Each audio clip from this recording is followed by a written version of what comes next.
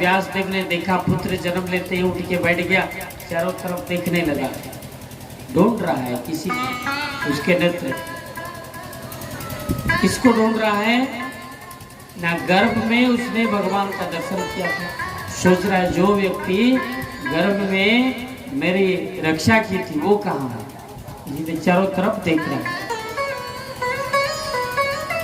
ऐसे तो देखा जाए प्रत्येक व्यक्ति एक एक परीक्षित ही है, और प्रत्येक जीव जो है ना गर्भ में भगवान का दर्शन करते हैं। जब गर्भ पीड़ा प्रसव पीड़ा उनको लगता है तो उनका स्मृति भ्रष्ट हो जाता है, भूल जाते हैं परमात्मा। बाहर आते ही माया उनको घेर लेती है।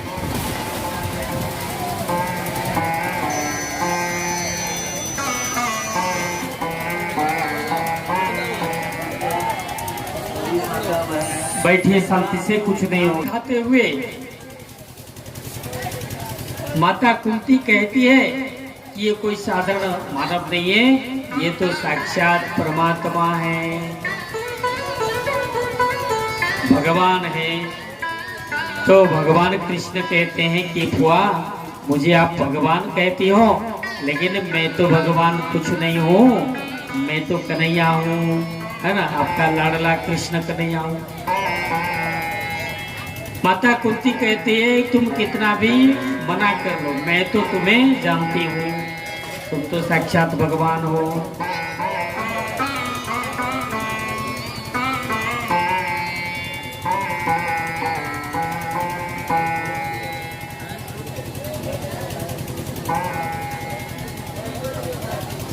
तो मैं तो तुम्हें जानती हूँ, तुम तो साक्षात भगवान हो।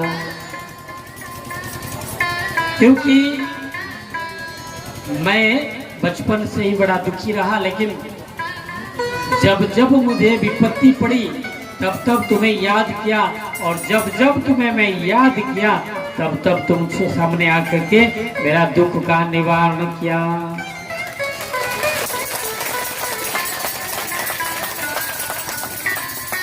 देखिए विपत्ति में भगवान याद आते हैं, और विपत्ति में भगवान याद आना बहुत अच्छी बात है। अगर भगवान को भूल जाता है व्यक्ति, जब सुख ज्यादा मिलता है तो भगवान को भूल जाता है। दुख में सुमिरन सब करे,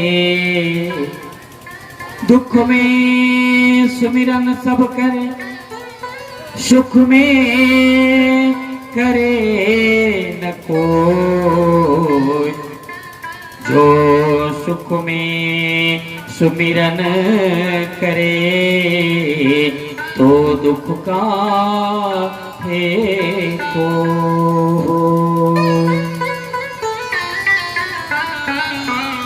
दुख में तो सभी भगवान को याद करते हैं, लेकिन सुख में कोई कोई करते हैं।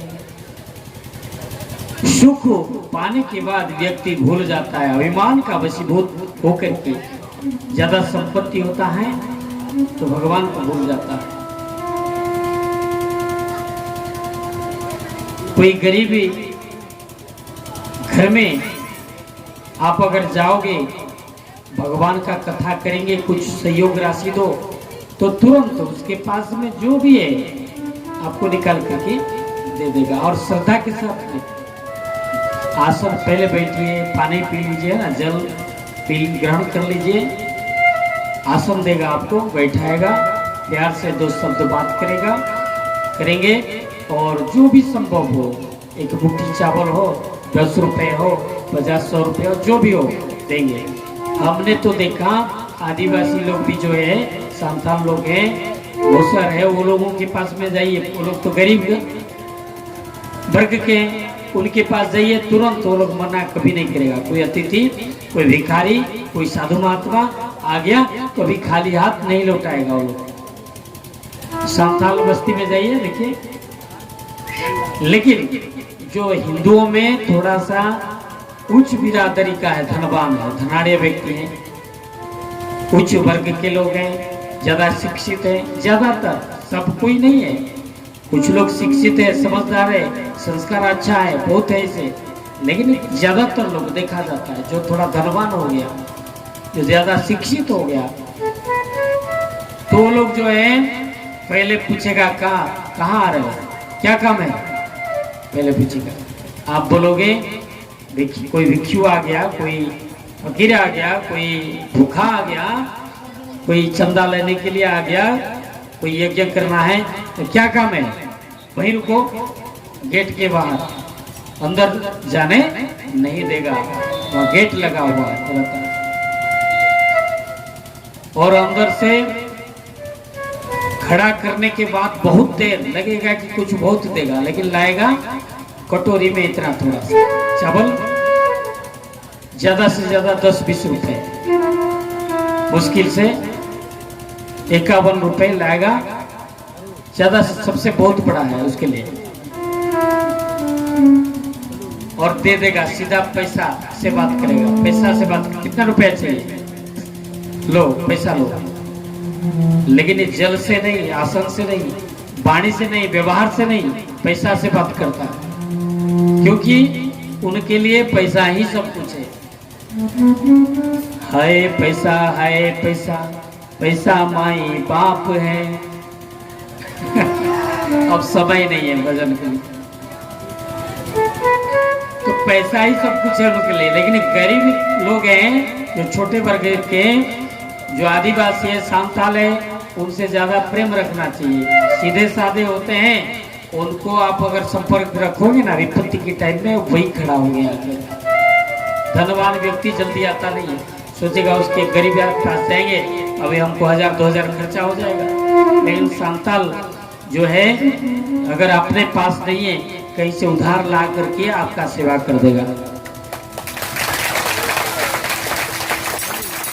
तो इसलिए जो छोटे वर्ग के, जो हम जिसको छोटा जाति मानते हैं, तब तो वर्ण व्यवस्था के बारे में पूरा वर्णन किया गया। आप ध्यान से सुनेंगे और उसको जीवन में लगाएंगे, तब आपको अच्छा फल मिलेगा, भविष्य अच्छा रहेगा।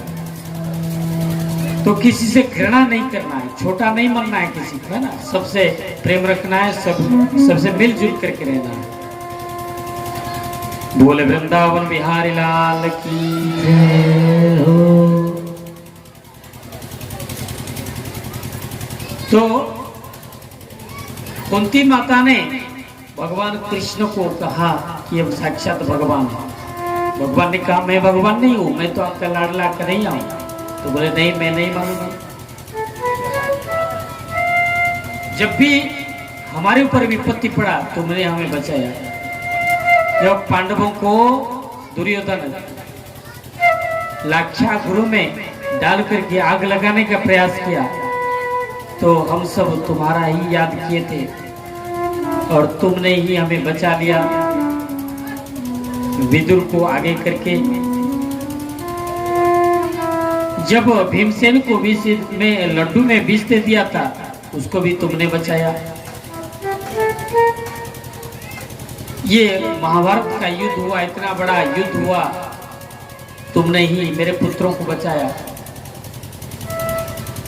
तो इस प्रकार जब भगवान का स्तुति करने लगी कुंती माता, तो भगवान कृष्ण ने कहा ये नहीं दिया जाता, इसको निकाल, ये शिव जी का ये है ना, आंख का फूल कन्हैया को नहीं देना चाहिए। इसमें होता है, दूध होता है ना, हानिकारक है। कन्हैया बड़ा कोमल है ना, तो इसको शिव जी के ऊपर चढ़ाना चाहिए।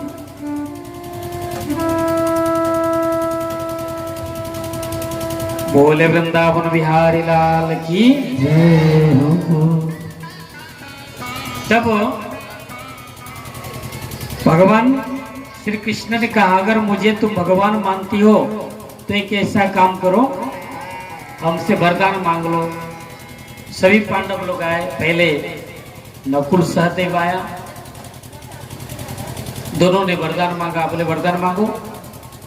तो नकुल सहदेव ने कहा कि प्रभु हमें ऐसा वरदान दीजिए कि जन्म जन्मांतर तक हमेशा के लिए हम आपका दास बन करके रहें और आपका सेवा करते रहें।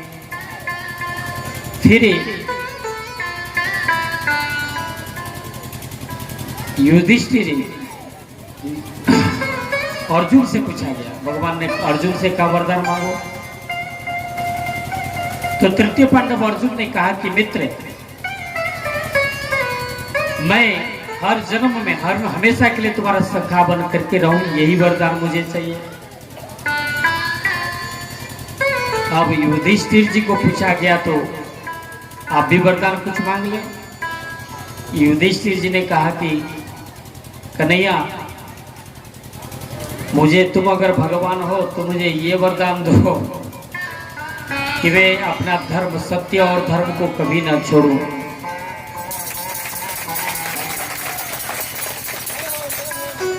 सत्य और धर्म, धर्मो रक्षति रक्षिता, जो धर्म की रक्षा करता है, धर्म उसकी हर परिस्थिति में रक्षा करती है, इसलिए अपना धर्म को कभी नहीं छोड़ना चाहिए।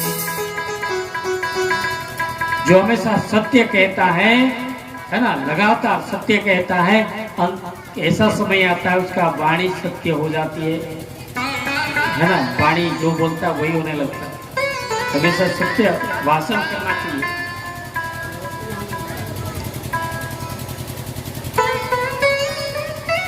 तो अंत में भीमसेन को पूछा, आप भी कुछ वरदान मांगो। भीमसेन ने कहा कि आप क्या दे सकते हैं, जो कर्म में लिखा है मेरे भाग्य में हुई ना, उसके आगे आप कुछ नहीं दे सकते।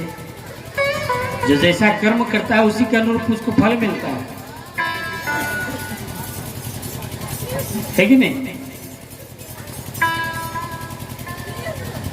तो इसलिए अंत में माता कुंती से भगवान ने पूछा कि बुआ, आप भी कुछ वरदान मांगो। तो माता कुंती ने कहा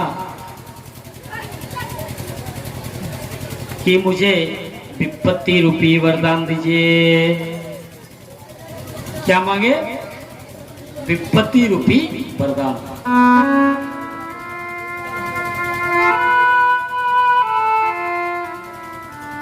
तो भगवान कृष्ण की आंखों से आंसू आने लगे। भगवान ने अपने आंसुओं को पोंछते हुए पूछा, हुआ आप जब छोटे से थे उसी समय आपके माँ बाप आपसे दूर हुए। कुंती भोज राजा ने आपको पाल पोस करके बड़ा किया, और जब आपका विवाह नहीं हुआ था उसी समय आपको लोक निंदा सहना पड़ा। फिर आपका विवाह हुआ, विवाह के बाद में आपके पति आपसे गुजर गए। छोटे छोटे पुत्रों को लेकर के आपने बहुत कष्ट से पाला पोस करके बड़ा किया। अंत में जब सुख भोगने का समय आया तो दुर्योधन आदि छल से पासा, जुआ माने कपट पासे में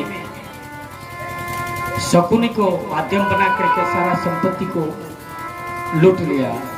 अब राज्य से वंचित रह गए आपके पुत्रों ने, अब बन बन भटकते रहे जीवन भर अपने दुख के सिवाय, और पाया ही क्या है। और फिर भी जब अंत में आपको राजपाट सब कुछ मिल गया, अब तो आपको सुख भोगना चाहिए। कम से कम आपको सुख का, संपत्ति का वरदान तो मांगना चाहिए था, लेकिन आपने तो विपत्ति रूपी वरदान मांगा। ऐसा क्यों? तो माता कुंती कहती है, विपदः सन्तु नः शाश्वत तत्र तत्र जगद्गुरु भवतो दर्शनं यस्याम् न पुनर्भव दर्शनम्।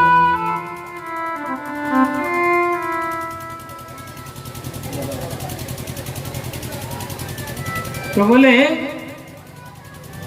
हमें विपत्ति रूपी वरदान चाहिए, क्योंकि जब विपत्ति आती है तो हे कृष्ण तुम याद आते हो, और जब हम तुम्हें याद करते हैं तुम मेरे सामने आ जाते हो, हमारी विपत्ति को हरण कर लेते हो। इसलिए हमें विपत्ति रूपी वरदान चाहिए।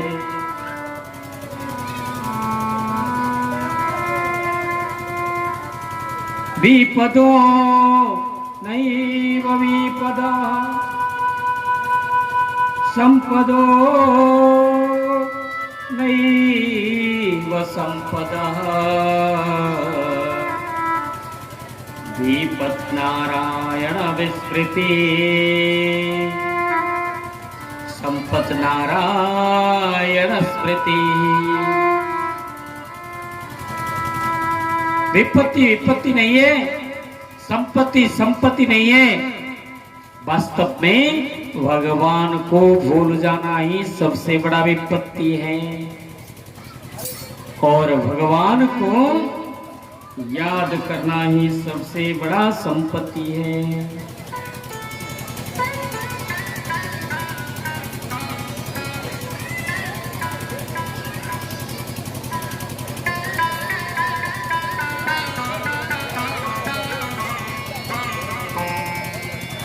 भगवान को भूल जाना ही सबसे बड़ा विपत्ति है और भगवान को याद करना ही सबसे बड़ा संपत्ति है।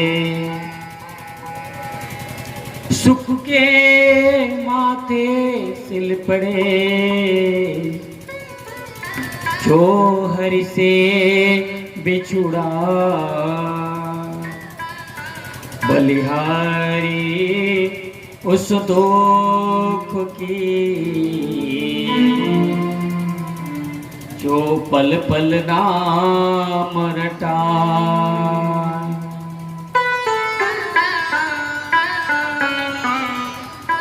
तो श्री तुलसीदास जी भी यहाँ कहते हैं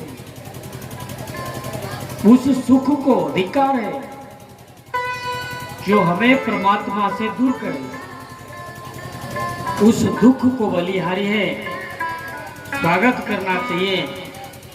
जो दुख आने से हमें स्वयं भगवान की याद आती है।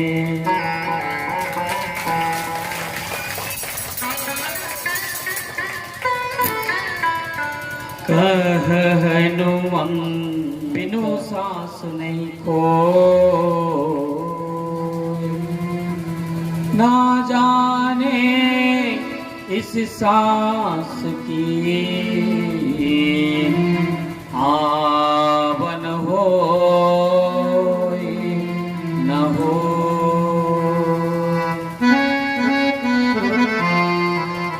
गया हुआ सांस वापस आएगा कि नहीं आएगा इसका कोई गारंटी नहीं है। इसलिए हर सांस में भगवान को याद करना चाहिए।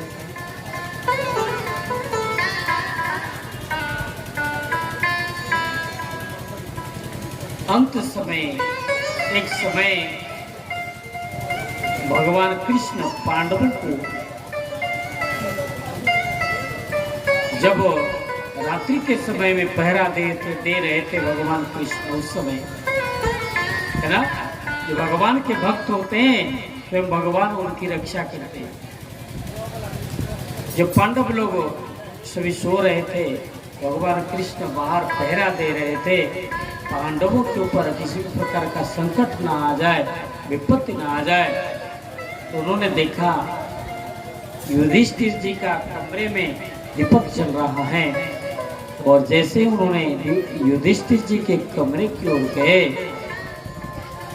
उन्होंने देखा युधिष्ठिर जी फूट फूट करके रो रहे थे। तो भगवान कृष्ण पास में जाकर के पूछा, भैया युधिष्ठिर आपको क्या दुख है? अब तो आपका शत्रुओं का दमन हो चुका है, आपका गया हुआ राज्य तो आपको वापस मिल गया, अब क्या चीज का दुख है आपको? युधिष्ठिर जी ने कहा कि देखो कन्हैया, अगर ये राज्य प्राप्ति नहीं होता तो मैं इतना दुखी नहीं होता। भले ही मैं भिक्षा का अन्न जी लेता, लेकिन ये जो युद्ध हुआ, इस युद्ध की विभीषिका में कितने निरपराध गरीब लोग शहीद हुए, मृत्यु को प्राप्त, कितने माताओं ने पुत्र से हीन हुई, कितनी स्त्रियां विधवा हो गई। ये सारे पापों का जड़ मैं हूं, मेरे कारण ये सब हुआ। ना तो मैं राज्य की कामना करता और ना ही ये धन जीवन का हानि होती। इसी बात का मुझे दुख है। अब बताइए, ऐसा महापुरुष युधिष्ठिर जी थे जिन्होंने सब कुछ पाने के बाद भी दुखी थे। इसलिए दुखी थे संपत्ति के पाने के लिए नहीं, बल्कि अपने जनों को खोने की। कोई संपत्ति पाने के लिए रोता है तो यहाँ पर युधिष्ठिर जी संपत्ति पाए हैं, पा लिए हैं, इसलिए रोते हैं कि क्यों मैंने ये धन को अर्जन किया। ऐसे महापुरुष थे। अगर हमें कोई एक करोड़ रुपए देगा तो लेगा 1 करोड़ रुपए तुम्हें देंगे। अगर एक फाइल दारू पी लो तो क्या करेगा व्यक्ति आजकल? छोड़ेगा उसको, दारू को, एक बोतल को। 1 करोड़ रुपया मिलने वाला है, मामूली बात है क्या? चलो लाओ, एक तो क्या 10 फाइल बोलोगे तो पी लेंगे, जो होगा निकल है कि नहीं? तो आजकल ऐसा हो गया है, 2-4 बोतल किसी लड़का को दे दीजिए, जाओ जाओ उसको पिटाई करना। वो अकेले नहीं जाएगा और दोस्तों लड़का को लेगा, बोला 10 बोतल 10 लड़का को दे देगा, बोला चलो उसको पीट के आएंगे। बोले वृंदावन बिहारी लाल। तो ये दारू शराब का नौकर हो गया है ना आजकल का युवा वर्ग। सभी नहीं, कुछ ब्रह्मचारी भी है, कुछ अच्छे विद्यार्थी भी हैं। तो देखते हैं आपके गांव में तो बच्चे बड़े बड़े युवा है जो बैठ करके कथा सुनते हैं। बहुत जगह देखते हैं बच्चा लोग और युवा वर्ग जो है जल्दी कथा सुनता नहीं है। इधर कथा चल रहा होगा, उधर हो हल्ला करते होंगे, कहीं जाकर के दारू पी रहे होंगे, ताश खेल रहे होंगे, लेकिन कथा में जल्दी नहीं आते। तो आपके बच्चे, आप लोगों को धन्यवाद है जो आपके बच्चे लोग भी बैठ के आपके साथ में कथा सुन रहे हैं। उनके लिए जोरदार करता। तो जितने भी कार्यकर्ता हैं इस कथा में सहयोग दिए हैं और सभी कलेक्शन में लगे हुए हैं, सभी कार्यकर्ताओं को जो इस भार को लिए हैं उन सब के लिए जोरदार करता ले।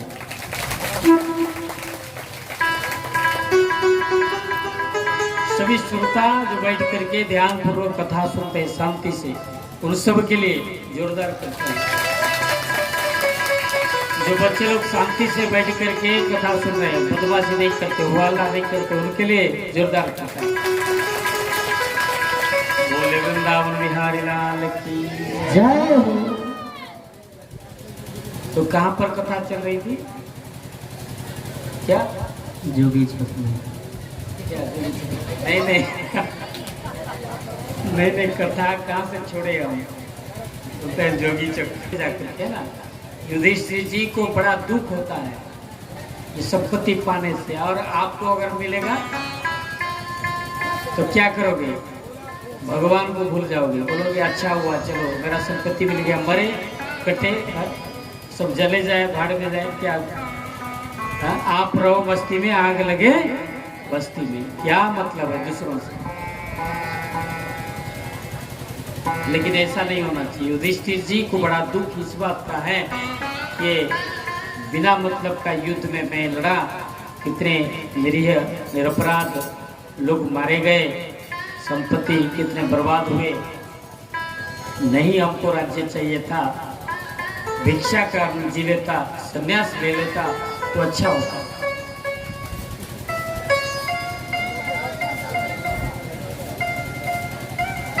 और हम सबको तो ज्ञान हो गया, विपत्ति में भगवान याद आते हैं। संपत्ति ज्यादा होने से भगवान को व्यक्ति भूल जाता है ना? तो कितना आदमी जो है आज संपत्ति को छोड़ करके संन्यास लोग, हाथ उठाइए। समझ में नहीं आया है बढ़िया से। घर बार छोड़ करके कितने आदमी जाएगा? हाथ उठाओ तो। कोई नहीं, एक आदमी।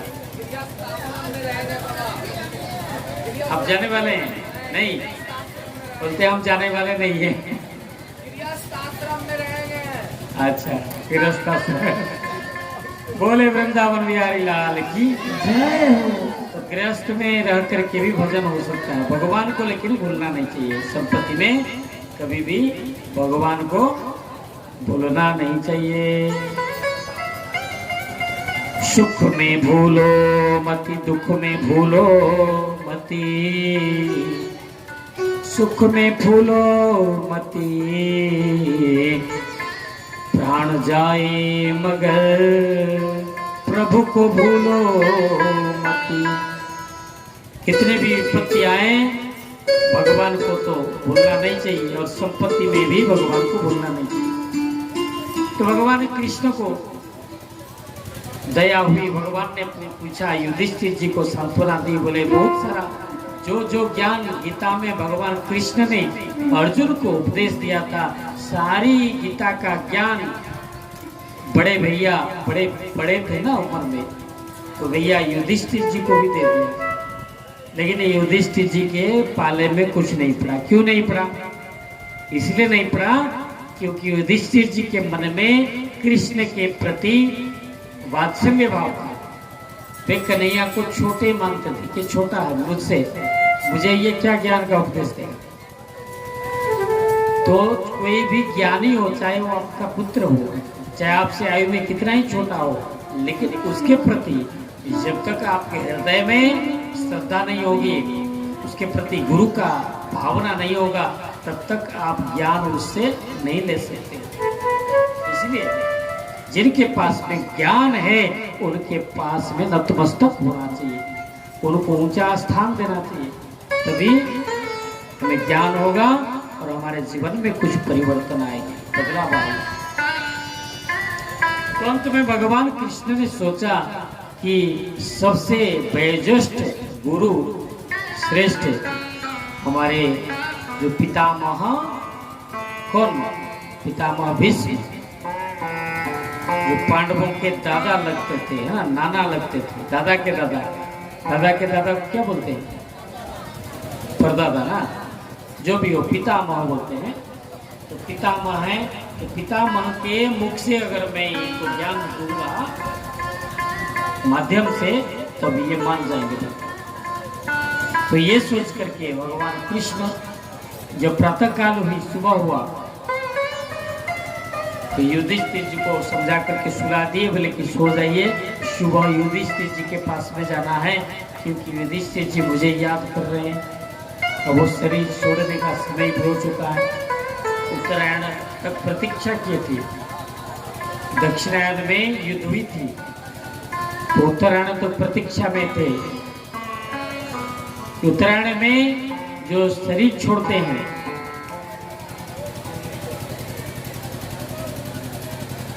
जो देह त्याग करते हैं, सूर्य की किरणों को अधिदेवता प्राप्त करके वे लोग क्या करते हैं, उसकी आत्मा को लेकर के मोक्ष मार्ग में ले जाते हैं ना, उनको मोक्ष की प्राप्ति होती है, वैकुंठ में जाते हैं। और जो दक्षिणायन में देह त्याग करते हैं कृष्ण पक्ष में, तो अंधकार माने चंद्रमा के अधिदेवता लोग उनकी उसकी आत्मा को स्वर्ग में ले जाते हैं।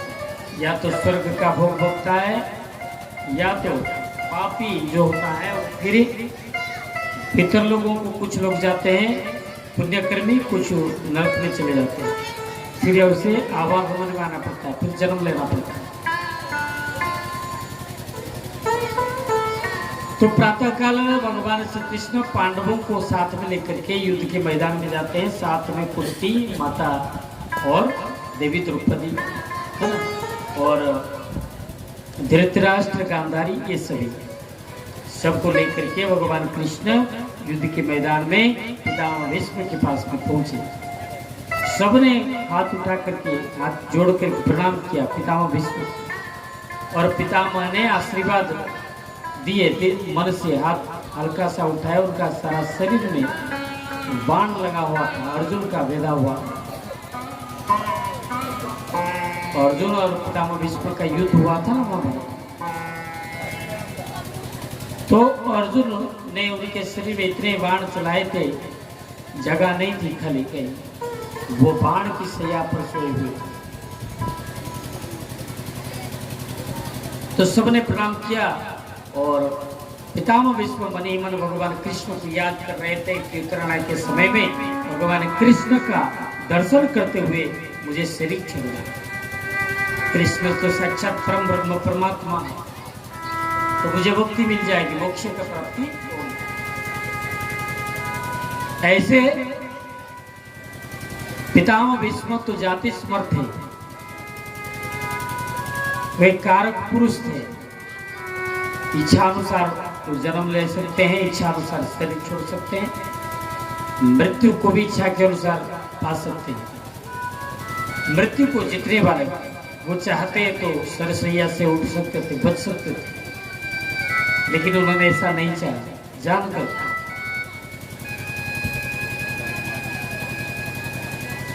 तो आखिरी पितामह भीष्म कृष्ण को प्रणाम करते हुए पूछे कि हे कन्हैया, मुझे 120 जन्म बार मैं जन्म लिया और सारे जन्मों का याद मुझे है, मैंने कभी कोई पाप कर्म नहीं किया, फिर भी मुझे ये सरसैया में क्यों सोना पड़ा। तो भगवान श्री कृष्ण कहते हैं कि आपको 120 जन्म का बात याद है, लेकिन उसका पहले जन्म की बात मैं आपको बताता हूँ, 121वां जन्म की बात। उस समय आप रास्ते में जा रहे थे, उस जन्म में आप रास्ते में जा रहे थे, रास्ते में एक सर्प को देखा जिसका शरीर क्षत था, जो चल फिर नहीं सकता था। आपने सोचा कहीं कोई इसके ऊपर चढ़ जाए तो मर जाए, या तो ये किसी को पैर को काट दे। ये सोचकर आपने एक डंडा लेकर के उस सर्प को उठा करके झाड़ियों में फेंक दी। वो झाड़ी कांटों के थे, सर्प के शरीर में हजारों जगह पर वो कांटे जो है गड़ गए। तो उसी पाप का परिणाम स्वरूप आपको इसी जन्म में सरसैया में सोना पड़ा। कर्म का फल जो है पीछा कभी नहीं छोड़ता।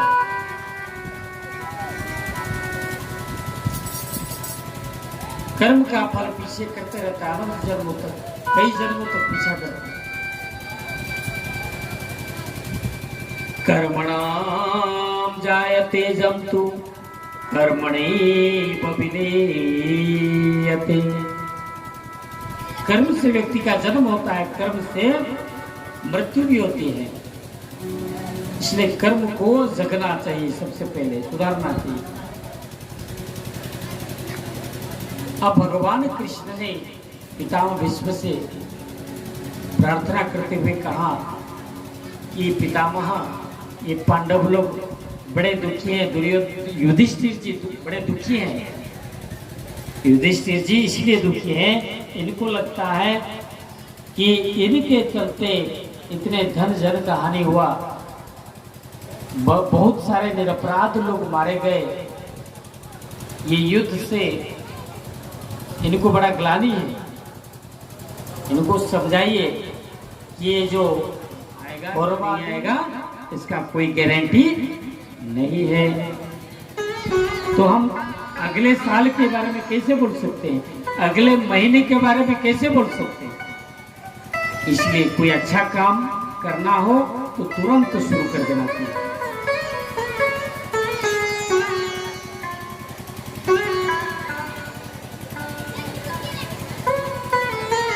आंखों के सामने अन्याय होते हुए कभी नहीं देखना चाहिए।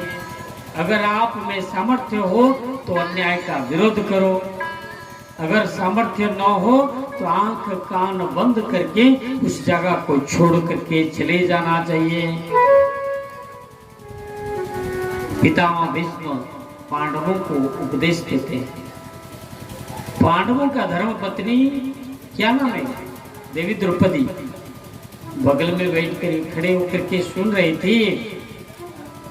जैसे ही ये बात सुना उनके मुख से हंसी आ गई। पितामह ने अपना वाणी को विराम देते हुए पूछा कि बेटी द्रौपदी, क्या बात है, तुमने क्यों हंसा? हमारी कुल परंपरा में ऐसा नियम नहीं है। कोई नववधु बड़ों के सामने हंसे। तुम्हारे हंसी में कोई ना कोई वजह, कोई ना कोई राज छुपा हुआ है, बताओ। अगर नहीं बताओगी तो द्रौपदी पीछे हो गई शर्मा करके। पितामह ने कहा, अगर आप नहीं बताओगे तो मैं शांति से शरीर को नहीं छोड़ सकता, इसलिए बताओ। मैं तुम्हें अभय पदार्थ प्रदान करता हूं। देवी द्रौपदी सामने आई और हाथ जोड़ करके बोली कि क्षमा करिएगा पितामह, आपने जो कहा कि आंखों के सामने कभी पाप होते हुए नहीं देखना चाहिए, तो क्या आप उस राजसभा में नहीं थे जिस समय ये दुर्योधन से के कहने पर दुशासन ने एक रजस्वला स्त्री को अपना घर से घसीटते हुए लाया और बीच भरी राजसभा में निर्वस्त्र करना चाहा? अगर आप आंख उठा करके दुशासन की ओर, दुर्योधन की ओर देख लेते तो उनके पास में ताकत नहीं था कि ये अन्याय को कर पाते। लेकिन उस समय आपने अपना मस्तक को नीचा करके बैठ गए। इस अन्याय का विरोध आपने क्यों नहीं किया?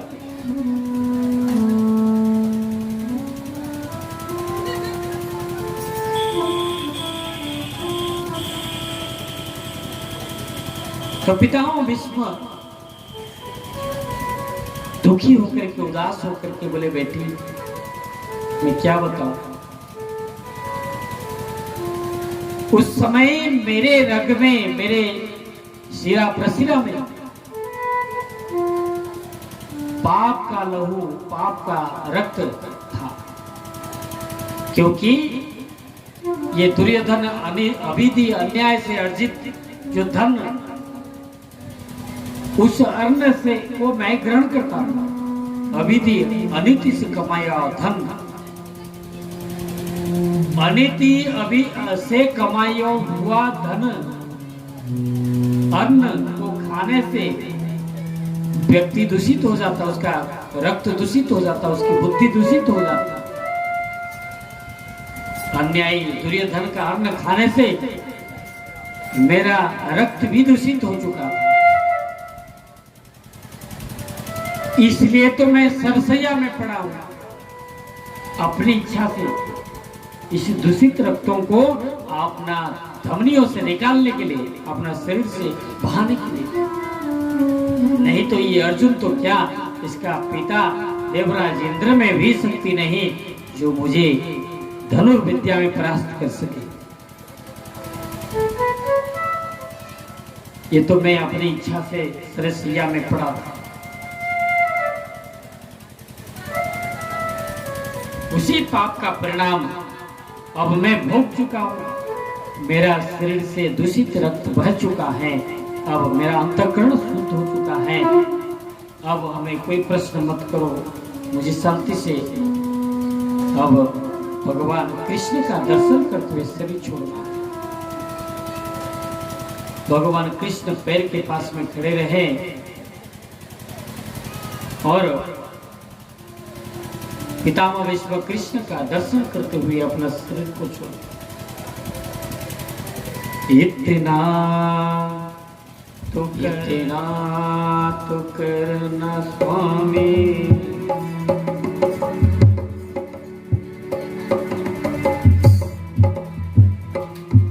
इतना तो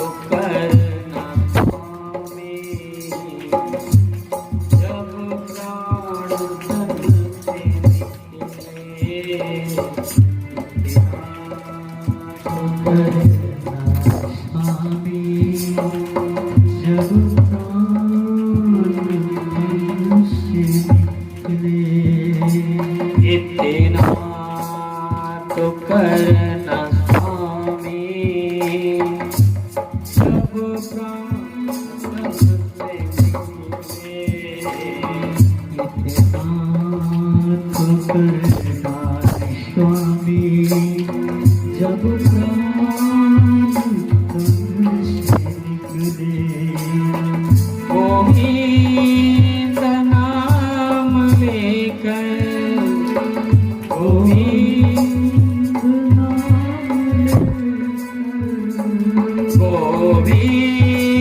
नाम लेकर, गोविंद सभी आप लोग भी गाएं, प्रार्थना करें।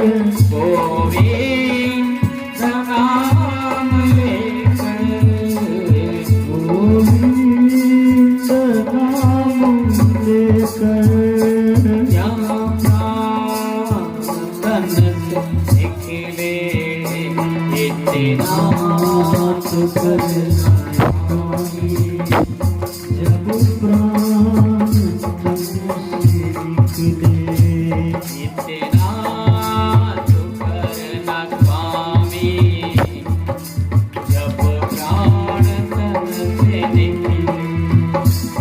इतना तो करना स्वामी जब सब हाथ उठा के भाव से ताली का सेवा करते हुए गोविंद नाम लेकर,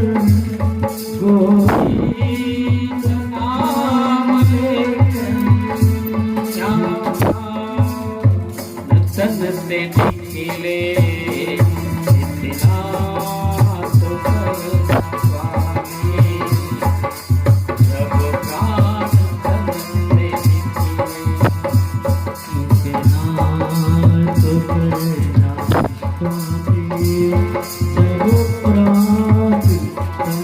से निकले।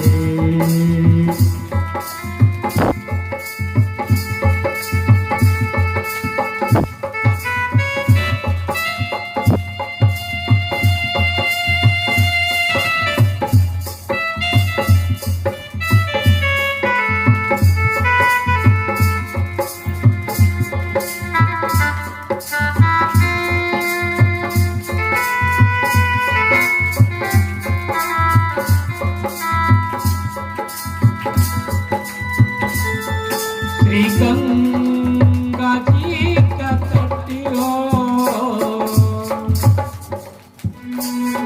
श्री गंगा जी का तट हो, श्री गंगा जी का तट हो, यमुना का बंसी बट हो, यमुना का बंसी बट हो, श्री गंगा जी का तट हो, श्री गंगा जी का तट हो, यमुना का बंसी बट हो, यमुना का बंसी बट हो, मेरा सांवरा खड़ा हो, मेरा सांवरा खड़ा हो, मेरा सांवरा खड़ा हो,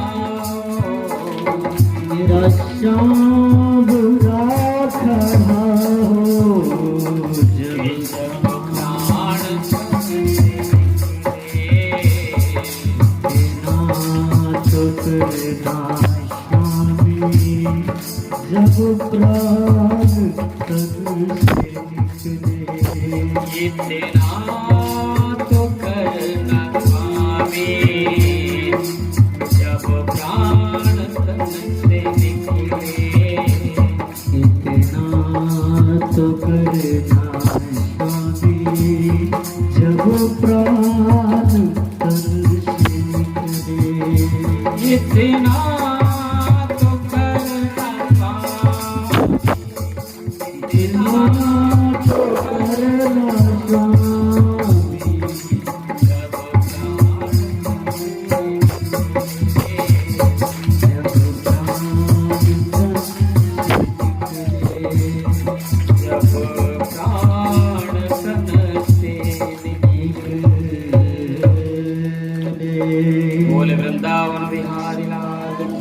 की जय।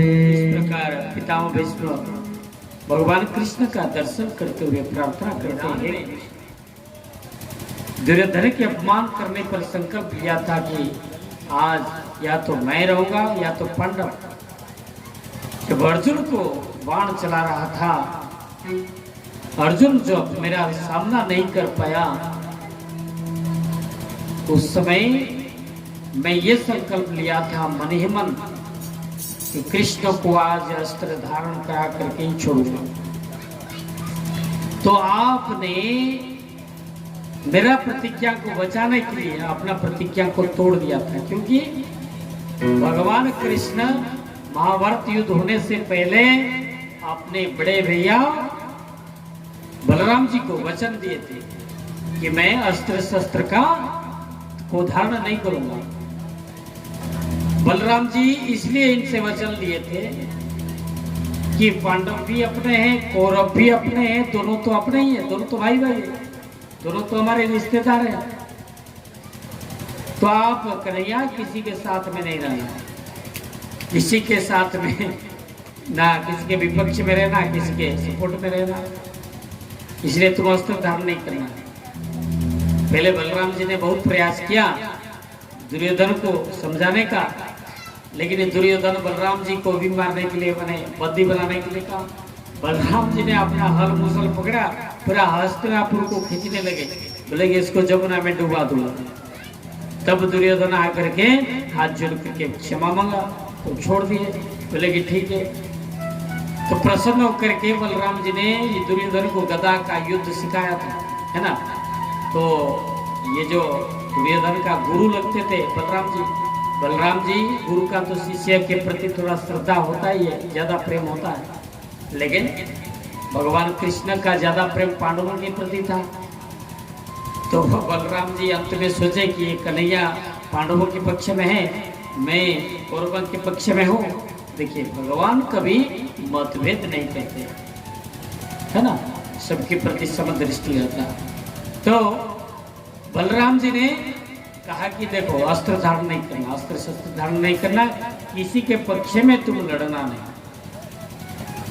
तो ये पितामह भीष्म ने प्रतिज्ञा लिया कि कन्हैया ने प्रतिज्ञा लिया अस्त्र नहीं धारण करेगा, चलो मैं उसका प्रतिज्ञा तोड़ दूंगा। तो भक्त का प्रतिज्ञा को बचाने के लिए भगवान ने अपना प्रतिज्ञा तोड़ दी। आखिर अस्त्र तो धारण नहीं किए, लेकिन ये जो रथ की पहिया चक्का उठा करके दौड़े पितामह भीष्म की ओर। पितामह भीष्म सोचे कि तो साक्षात भगवान है, यही तो मैं देखना चाहता था, इसी रूप को। उन्होंने अपना अस्त्र शस्त्र छोड़ दिया रथ पर और स्वयं रथ से उतर करके भगवान की ओर गए, हाथ जोड़ करके बैठ गए। तो उधर से अर्जुन आए, भगवान कृष्ण का पैर को पकड़ लिया, बोले प्रभु हमारे गुरु जी हैं, गुरुदेव हैं, इनको छोड़ दीजिए। तो आज पितामह भीष्म उस स्वरूप का ध्यान करते हैं, बोलते हैं हे कन्हैया कि प्रभु आपने उस समय जो रूप है मुझे बार बार याद आती है, बड़ा सुंदर रूप था। उस समय आप क्रोध में थे, जिस प्रकार एक सिंह मृग की ओर आक्रमण करता है, उसी प्रकार आप मेरे ओर दौड़ रहे थे और आपका कपाल में पसीना माने झलक रहे थे और आपका पीताम्बर धरती की ओर उड़ करके पड़ा और आपका बहुत सुंदर स्वरूप था। मैं उस स्वरूप को ध्यान करता हूँ। तो आखिरी भगवान को याद करते हुए, उनका सुंदर स्वरूप का ध्यान करते हुए पितामह भीष्म शरीर छोड़े और अंत में परम पद को प्राप्त हुए, मोक्ष को प्राप्त हुए। बोले पितामह भीष्म की जय, भगवान वृंदावन बिहारी लाल की जय, कृष्ण कन्हैया लाल की जय। जय जय श्री राधे श्याम। आज एक भजन